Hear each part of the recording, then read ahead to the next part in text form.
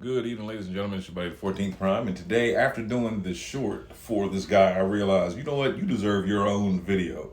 A couple years ago, when Titans Return had first came out, I was lucky enough to find this guy, Sixshot, with his headmaster superbly named Revolver. Get it? Sixshot Revolver.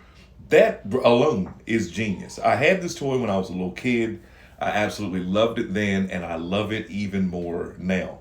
And then like just having him, set up in my collection on display, I realized like he's one of the most slept on toys that Hasbro ever created. I'm talking about a Sixshot. You get a robot, an armored aircraft carrier tank.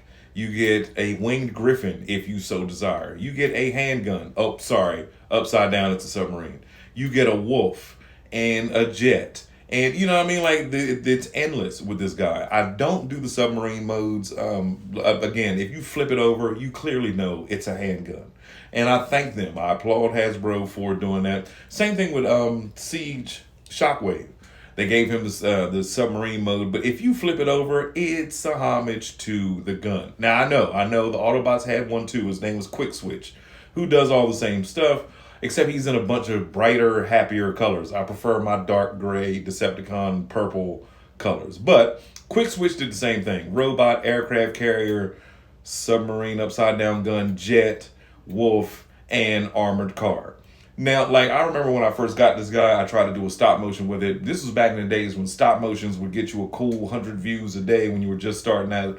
And I was so impressed with this toy. It was so easy to animate. Like, you could come up with so many different titles for it. Now, this is back when I used to be Daddy's Toys Forever. And I decided that name was weird, switched it to the 14th Prime.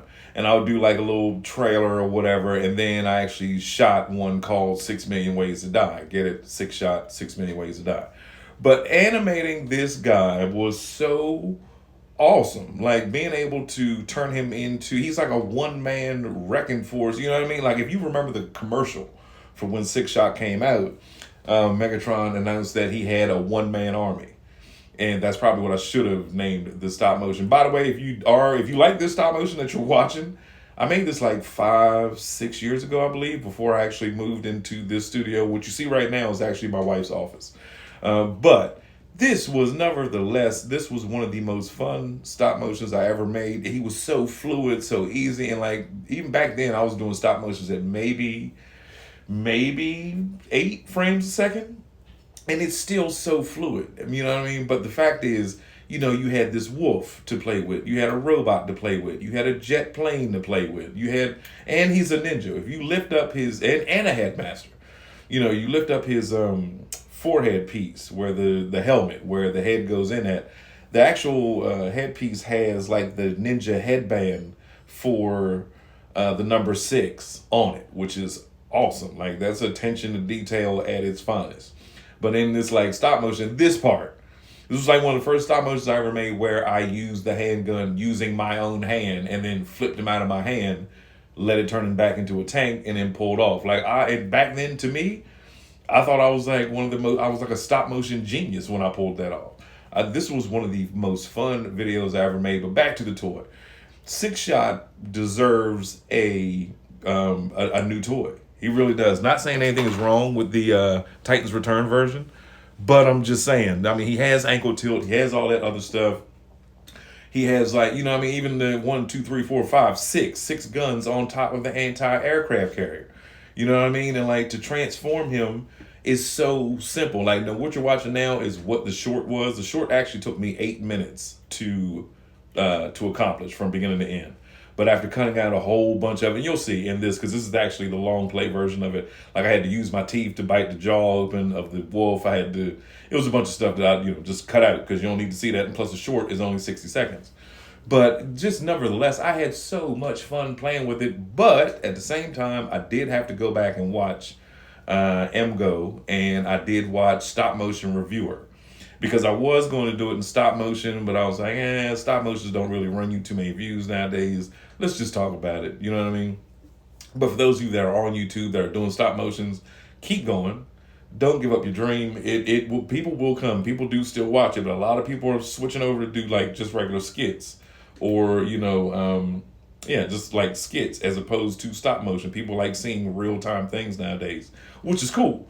Don't get me wrong, that will get your views up and what will get your subs up. But every once in a while, I do like to take it back to my roots, do a little stop motion. Not for y'all, not no offense, but it's not for y'all. I do it for me, for my enjoyment. You know what I mean? Because that's how I started on here. Took me forever to get to where I am now, but it was still fun.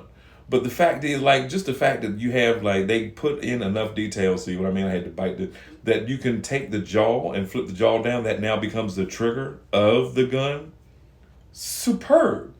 That's like Hasbro engineering at its finest. I would love to see if they would do a newer version of him, but at the same size. I don't want a deluxe of Sixshot. That's not what I'm saying. Leader maybe. Yeah, leader would work. But at the time of this, not of this recording, but at the time of when I actually got this was one of those toys I found at Ollie's for $14.99. This was the same summer or the same year that I found Fort Max at Ollie's for, I think it was like $25.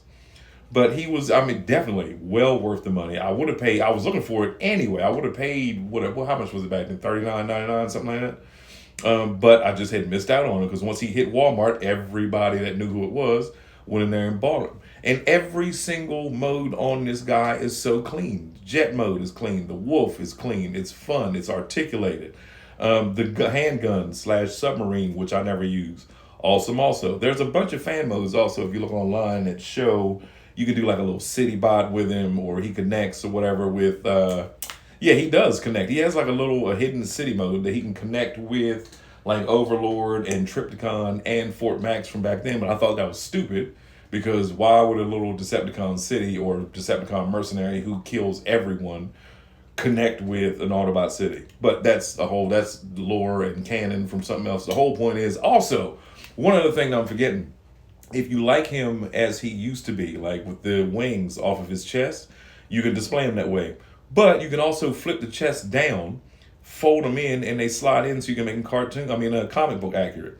The fact that you had the headmasters that also played a big part in this line.